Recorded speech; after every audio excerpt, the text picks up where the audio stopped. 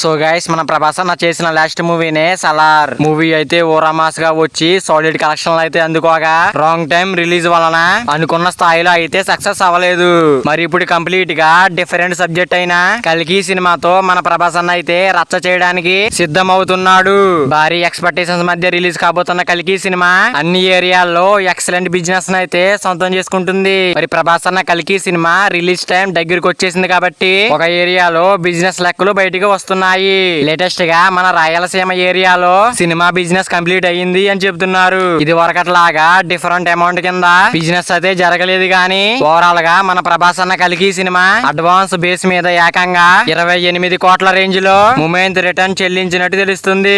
మన టాలీవుడ్ హిస్టరీలోనే one of the biggest rate అని చెప్పవచ్చు. కానీ ఇక్కడ ఒక టిస్ట్ ఉండగా మరి సినిమా ఓవరాల్ రన్ లో మార్కుని కనుక దాటితే తర్వాత లాభాలు మేకర్స్ కి అలాగే డిస్ట్రిబ్యూటర్స్ కి పంచుతారు.